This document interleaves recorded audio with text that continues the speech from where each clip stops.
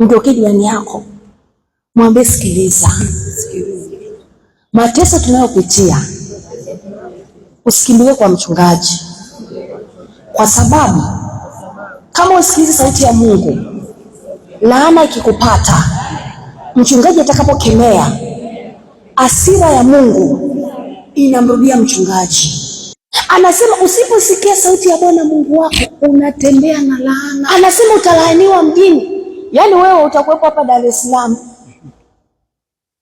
wanaitaka Boni hii lakini usipoisikia sauti ya Bwana Mungu wako, unaweza ukaijua Dar es Salaam na mitaa yote, na ukajua ofisi zote, na ukajua sehemu zote ambazo watu wanafanikiwa, lakini wao ufanikiwi. Kwa sababu gani? Kwa sababu mtu ambaye anamtegemea Mungu, sema mtu ambaye anamtegemea Mungu, Mungu hataki uwe vuguvugu. Anataka kama umeamua kuokoka ili uweze kubarikiwa mjini, nenda kwake 100%. Sema 100%.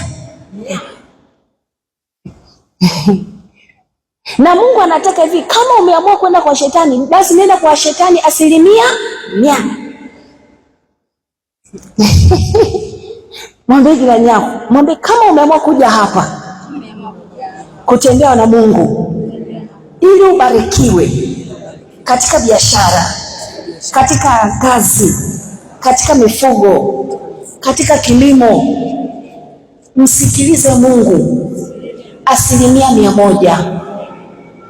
Usipofanya hivyo, Biblia inasema unakuwa vuguvugu na yeye anakutapika.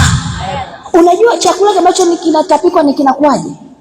Umewahi kumwona mgonjwa ambaye anaumwa?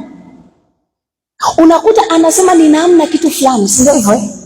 Anaanza kula, mnasema asante Yesu, leo mgonjwa anafanya nini? Anakula.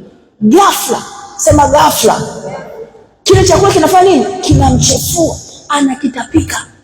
Ndivyo ambavyo Mungu anaweza kusema, yani leo watu wa imara naanza kuona kama wanakuja, akijaribu kukumeza hivi anakutana na uongo, uchafu, nini, anakutapika.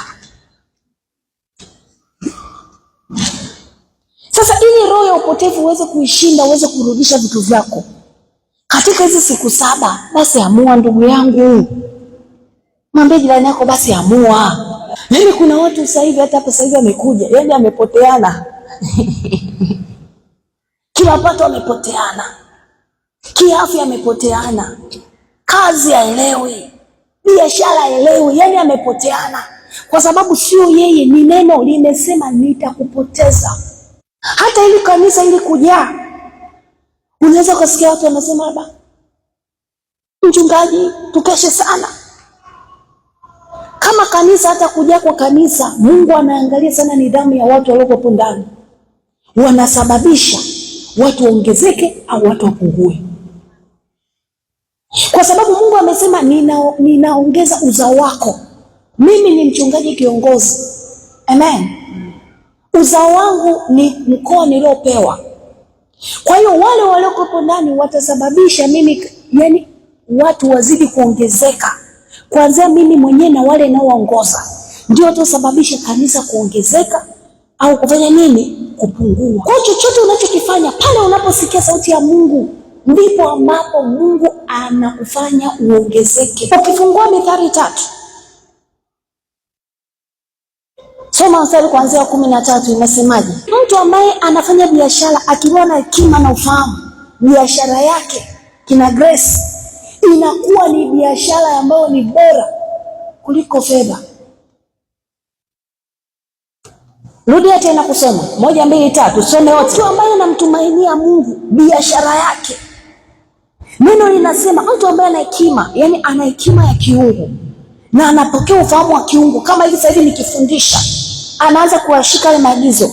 Neno linasema biashara yake itakuwa bora kuliko biashara ya fedha, na faida yake itakuwa safi kuliko nini? Rudia tena, wafanya biashara mpo? Wafanya biashara mpo? Aya, simama wafanya biashara. Nataka ile andika mjisomee nyinyi wenyewe. Kila mfanya biashara soma. Afu sema, weka, akisema pale heri mtu, sema heri, weka jina lako. 1, 2, 3. Usiseme mtu 1 2 3, weka jina lako.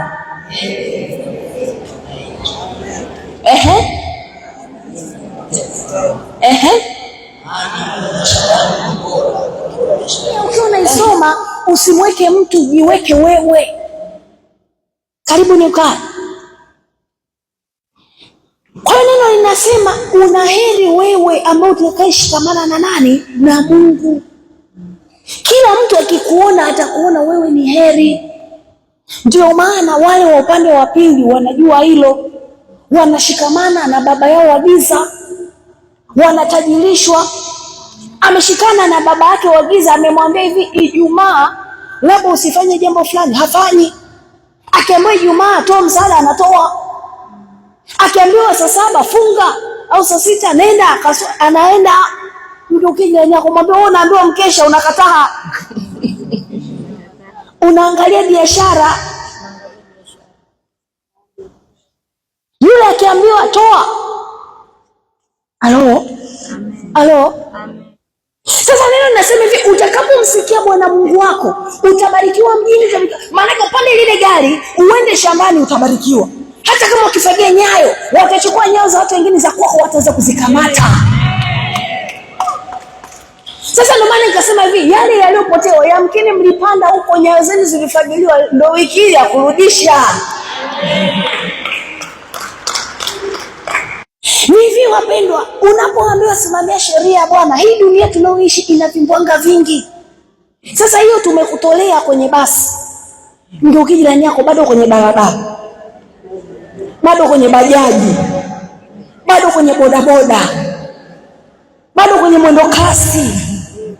Utaponea wapi? Ukija ndani yako mwambie bado kwenye zile siti za hospitalini zile unazoenda kukaa. Kwa hiyo katika kazi tunazozifanya, katika biashara tunazozifanya, lazima ujue kutembea na sheria ya Mungu ili uweze kuchomoka.